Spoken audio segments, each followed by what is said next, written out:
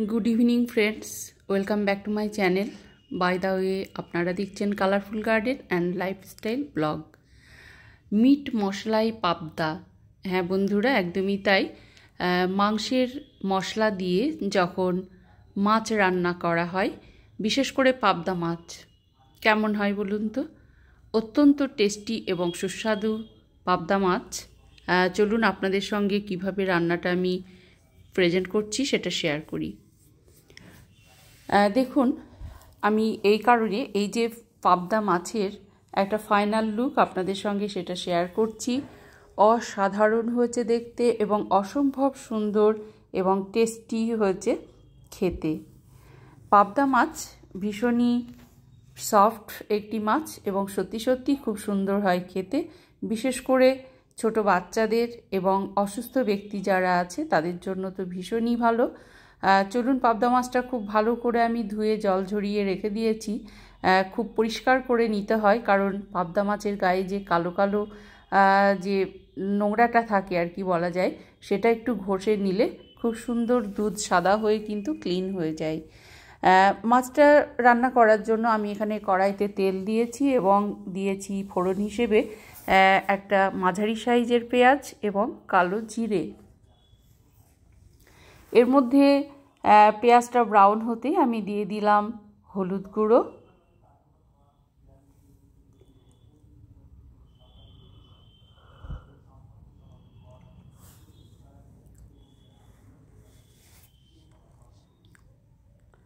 আচ্ছা স্বাদ অনুযায়ী লবণ দিয়ে আমি কিন্তু ভালো করে তেলের সঙ্গে মিশিয়ে নেব হলুদ এবং লবণটা।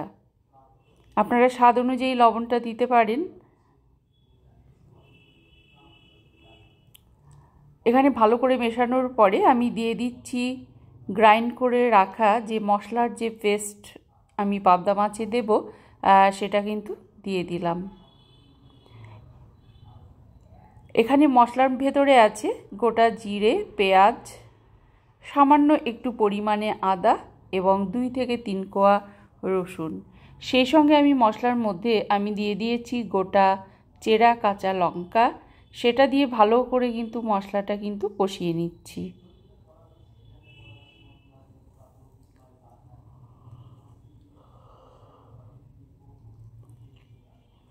আমি এখানে দিয়ে দিলাম মিট মশলা।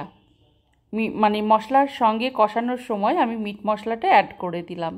ভালো করে আবারও নাড়াচাড়া করছি, অর্থাৎ কষিয়ে নিচ্ছি ভালো করে মশলাটা, যাতে কাঁচা স্মেলটা যাতে না থাকে।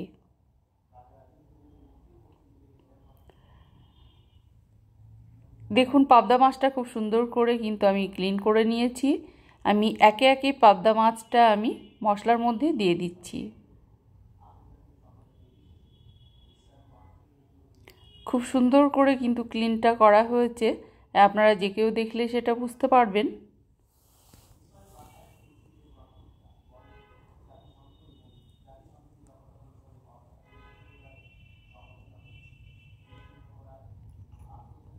মাছটা আমি পুরোপুরি দিয়ে দিলাম মশলার ভেতর।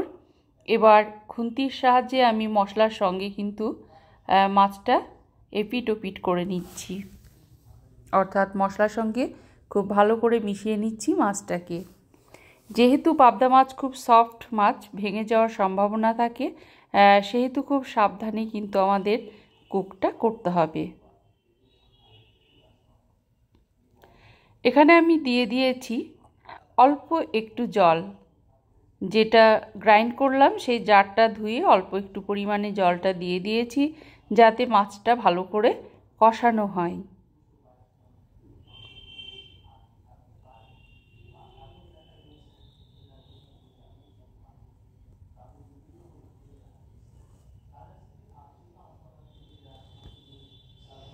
এখানে ভালো করে কষানোর কাজটা চলছে। অত্যন্ত সুন্দর হয়েছে মাছটা, কালারটা কিন্তু অপূর্ব হয়েছে। এখানে কিন্তু কোনো রকম লাল লঙ্কা বা গুঁড়ো লঙ্কা কোনো কিছু ইউজ করা হয়নি। পাশাপাশি রান্না হচ্ছে অন্যান্য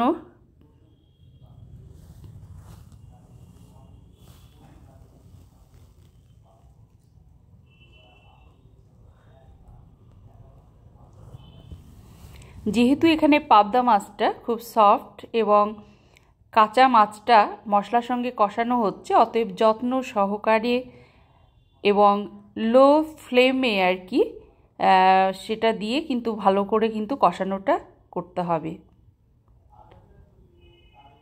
কারণ আমরা যখন কাঁচা মাছটা রান্না করি আমাদের কিন্তু খুব ভালো করে কিন্তু কষানোটা অবশ্যই দরকার।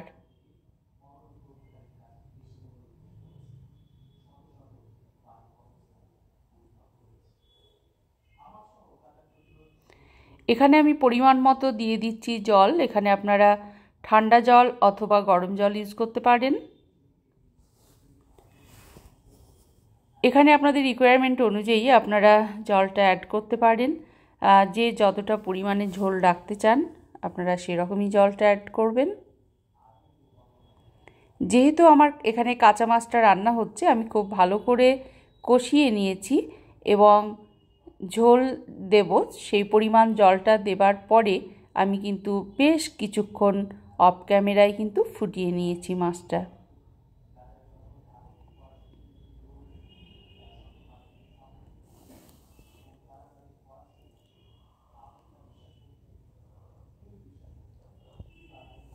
আমি খুব সাবধানে খুন্তির সাহায্যে কিন্তু নাড়াচাড়াটা করছি যাতে মাছগুলো গোটা অবস্থায় থাকে, ভেঙে যাতে না যায়।